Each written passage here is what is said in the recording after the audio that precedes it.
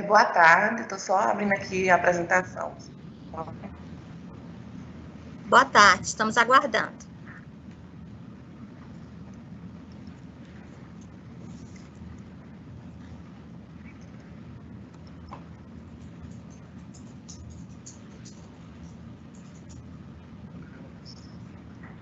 Estão me ouvindo?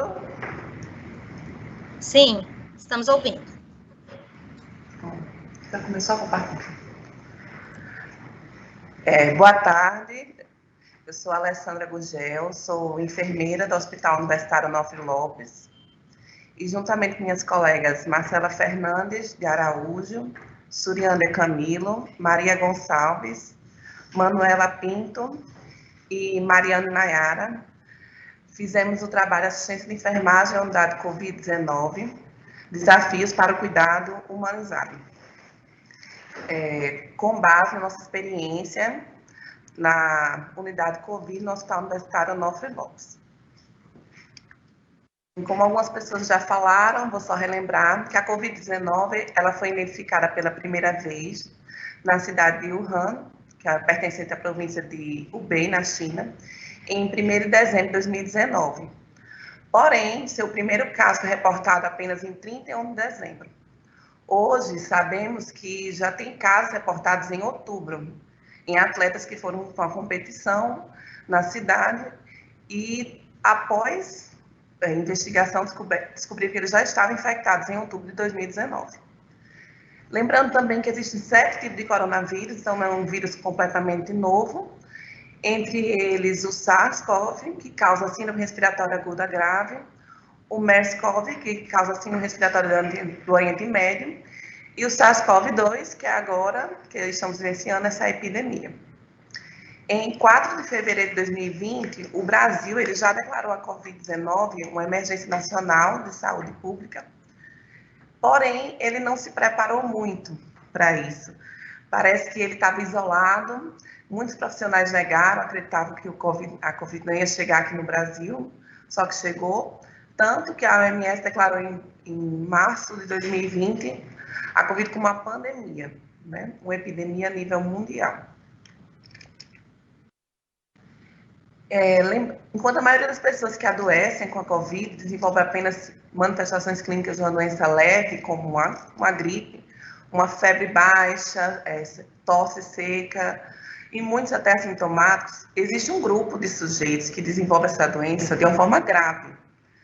Esse grupo geralmente vai precisar de hospitalização, adicionando a terapia de suporte com oxigênio, seja por catéter nasal ou precisando até de um suporte invasivo.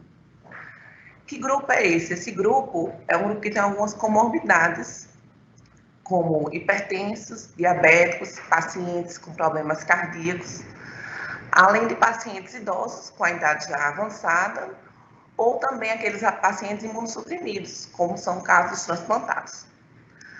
A internação em unidades Covid, como ficaram conhecidas, elas trazem consigo medo, incertezas que já são presentes no processo de internação devido à doença, além do afastamento dos familiares, visto que tais pacientes ficam sem acompanhantes.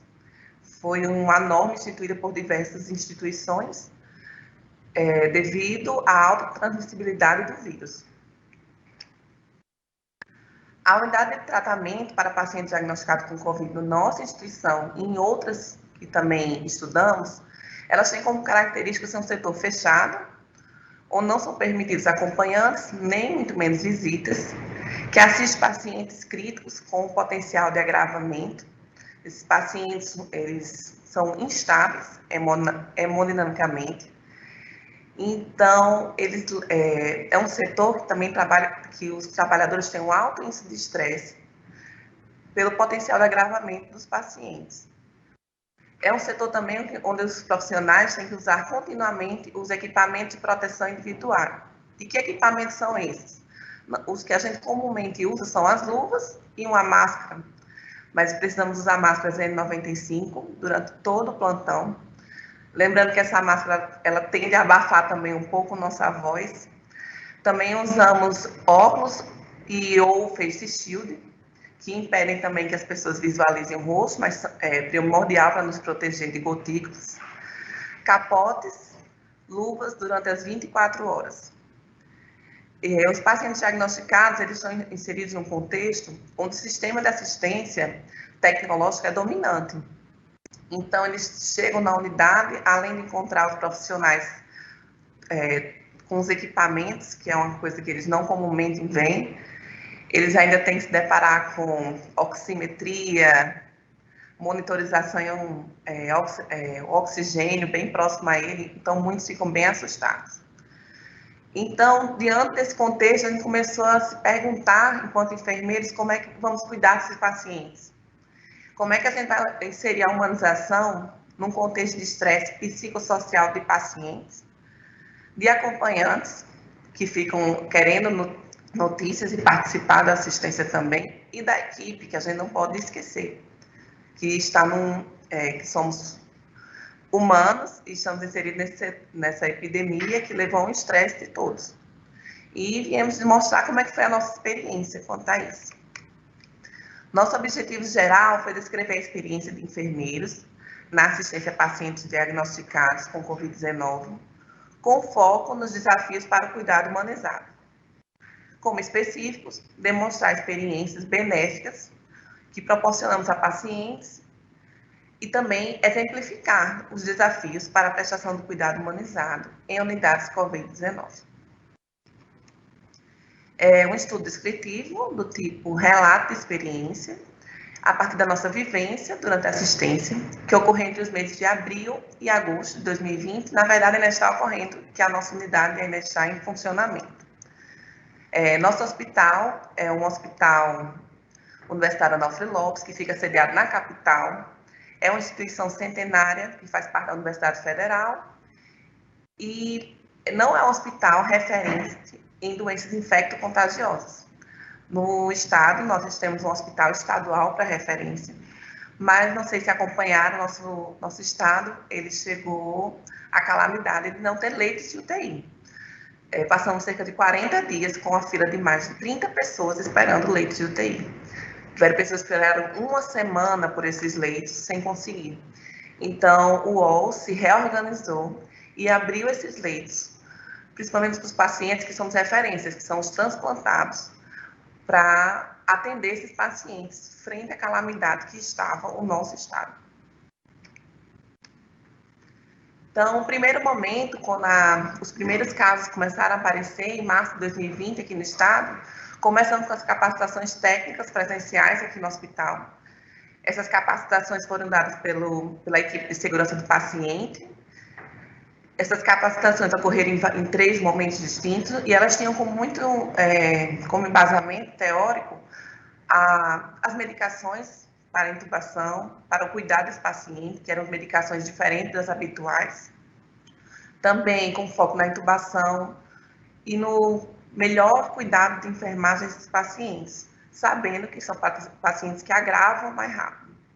Também fizemos vários cursos online, desde março de 2020, cursos ofertados por instituições de referência no restante do país, para nos atualizar.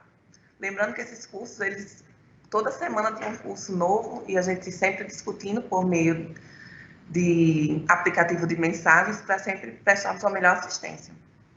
Um desses cursos me chamou a atenção, que eles falavam assim, que preste assistência, mas fique em pouco tempo em contato com o paciente, da sua segurança. E a gente se questionava como ficar em pouco tempo se o paciente precisa de uma vigilância constante. Mas isso gerava mais um medo do profissional. Outra questão que foi um desafio para a gente foi a mudança nos fluxos de atendimento e assistência, que acredito que muitos colegas também passaram por isso, que geravam dúvidas, angústias nos profissionais. Então, a gente se preparava para um fluxo de assistência, por onde o paciente vai ser atendido, como é coletado esse swab, para onde a gente manda. E com uma semana, esse fluxo já mudava e ficávamos nos sentindo muitas vezes perdidos. Mas por volta de maio, que foi criado o último fluxo, e esse fluxo nos ajudou a trabalhar melhor. E também o uso dos equipamentos de proteção individual, como eu citei, que levam a um distanciamento entre o paciente e os profissionais. Os pacientes, nosso cuidado de enfermagem é muito pautado no toque, no cuidado, na atenção, no olho. E os nossos pacientes, eles sentiam falta disso. Muitos eles falaram que eles se deparam com todos os azulzinhos agora, que a gente tem que usar roupa privativa do hospital. O toque foi trocado pela luva fria. O olho no olho foi impossibilitado pelo uso de face shield, mas tudo isso pela nossa segurança, porém afastou a gente desse lado mais humano do contato da assistência. Um ponto importante que até a professora Viviane tocou foi o medo, né? Que o profissional, ele é humano e ele sente medo. O medo é intrínseco da gente. E os primeiros casos assustavam, né? Que a gente se distanciava, tinha um medo daquele paciente. E nossos primeiros pacientes deram aula para a gente sobre humanização. Eu lembro de um paciente que falou para mim, perguntando se eu vivia a epidemia do HIV na década de 80. E eu disse que não lembrava, ainda não era profissional de saúde na época. E ele falou que era desse jeito, que ele estava sentindo, que as pessoas não chegavam perto dele, tinham medo. Outro se comparou a um paciente com hanseníase, né? Ele falou que estava parecendo um leproso, que ninguém nem encostava nele. E isso dói na gente, né? Porque a gente vê isso nos livros, nos filmes, e a gente pensa, não vou fazer isso. E quando a gente para refletir, a gente não chegava nem perto. Passava pouco tempo na assistência, fazia o que tinha, ficava olhando mais de longe. E eles deram essa aula de humanização para a gente, que eles precisavam, eles já estavam longe da família, então eles precisavam muito de nós profissionais. A falta dos acompanhantes, a outra colega citou, né, a terapeuta, que eles ficavam sem os acompanhantes, como amenizar essa saudade. Então, são internações longas, muitas vezes, que duram 10, 15, tem pacientes que ficaram com a gente 40 dias. Então, como amenizar essa saudade? Então, uma das estratégias foi a videochamada com os familiares. Essa videochamada só foi feita com pacientes que estavam hemodinamicamente estáveis, para evitar as fortes emoções. Que também foi autorizado pelo médico. Está liberado, a gente pode fazer. Porque devido à emoção, tinha paciente que começava a desaturar, a passar mal, mas todas as vezes que fizeram foi benéfico. Pena que o entrave, o desafio foi conseguir primeiro o tablet, mas depois a supervisão conseguiu e foi possível fazer. Outra estratégia também foi passar o boletim médico. Por mais que algumas pessoas, passar o boletim, dados técnicos, mas vários estudos da humanização mostram que o paciente e a família gostam de saber a verdade. E muitos sentem quando estão amenizando. Então, passar o dado, como está seu familiar, era muito importante. E esse boletim passou a ser dado muitas vezes até 2 vezes por dia. E outro ponto que a professora Viviane também ressaltou na palestra dela, e foi muito importante para nós, quanto à humanização, foi cuidar da saúde mental de quem cuida. Então, de abril a junho, a gente viu um número de absenteístas, também devido ao estresse, a problemas de ansiedade, depressão, principalmente no período de maior lotação da nossa unidade, que foi entre junho e julho. Então, o hospital também começou a dimensionar melhor a equipe de enfermagem, aumentamos o número da equipe nesses meses. Também foram feitas discussões em telechamada com os profissionais, onde eles puderam desabafar, discutir o que estavam sentindo. Também foi oferecido um curso pela sede, um curso online, que também muitos profissionais fizeram e gostaram desse curso.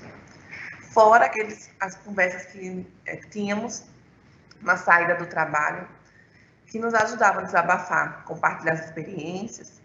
Então, foi muito importante. A gente percebeu quando a gente se cuida da nossa saúde mental, nossa assistência ao paciente melhora. Então, aqui a gente não tem muita foto devido à correria do dia a dia, mas algumas frases que também nos marcaram bastante, que diante de tudo tem paciente que diz que vai ter saudade da gente, tem paciente que não reconhece agora só pela voz e pelo bom dia, que tem paciente que fala que a gente está feliz, aí como é que você sabe? Porque você sorri com os olhos, eu consigo ver seu olho. E até de família a gente foi chamado. Então, essa plaquinha do Eu Venci a Covid-19, eles pediram, a gente nem providenciou, mas eu acho que viram pela televisão, então pediram a plaquinha Então, foi feito certificado para os pacientes que tiveram alta. Aplausos, que se sentem importantes, felizes. E aqui um breve momento de descontração, a foto central dos profissionais de saúde. Como conclusão, a gente traz que cuidar de alguém acometido por SARS-CoV-19, o Covid-19 envolve muito mais do que a técnica, que a gente foi preparado para isso, mas também é necessária uma sensibilidade com as questões do outro, da família. É um momento difícil para todos nós e cabe muitas vezes aos enfermeiros, à equipe de enfermagem, dar o suporte. A gente só foi ter assistência de psicologia após 2 meses, 2, 3 meses de assistência. Então, nós éramos também um apoio psicológico, tentamos ser terapeutas, porque a gente não teve essa equipe conosco. Os pacientes, eles valorizam essas atitudes que promovem o apoio psicossocial, afetivo, o profissionalismo da equipe, a informação verdadeira sobre sua clínica e também o trabalho da equipe multidisciplinar. E as lembranças de carinho, atenção, cuidado, a amizade e principalmente o respeito, que é a base do cuidado humanizado, são valores que carregamos a vida toda. E não é porque você está com a doença infecto-contagiosa que não se deve receber. E aí eu trago também que o velho tabu da doença infecto-contagiosa, né, que recaiu sobre o Covid, é o medo de pegar. E lembrando que quando o uso do DPI é feito corretamente, o poder de transmissão cai por 80%. Então, a gente ressaltou isso, melhorou o uso dos EPIs para nosso contato com os pacientes ser melhor. O grande ponto que a gente quer relatar é como a humanização pode mudar completamente a visão do cuidado. As experiências se tornam benéficas, por mais que o paciente esteja isolado, sem a família. Então, o cuidado humanizado, cuidado voltado com respeito ao próximo, com acolhimento, com empatia, faz com que esse paciente leve algo de bom dessa experiência também. E aqui eu trago um estudo do Planetary International, que é uma instituição que ela dá um certificado para instituições que têm como foco a humanização da assistência. Ela fez um guidelines para como preservar os familiares em tempos de pandemia no hospital. E foi bem interessante, porque ela traz que a gente podia não estar preparado para uma epidemia, uma pandemia, mas o mundo já dava sinais que a gente podia traçar melhores estratégias.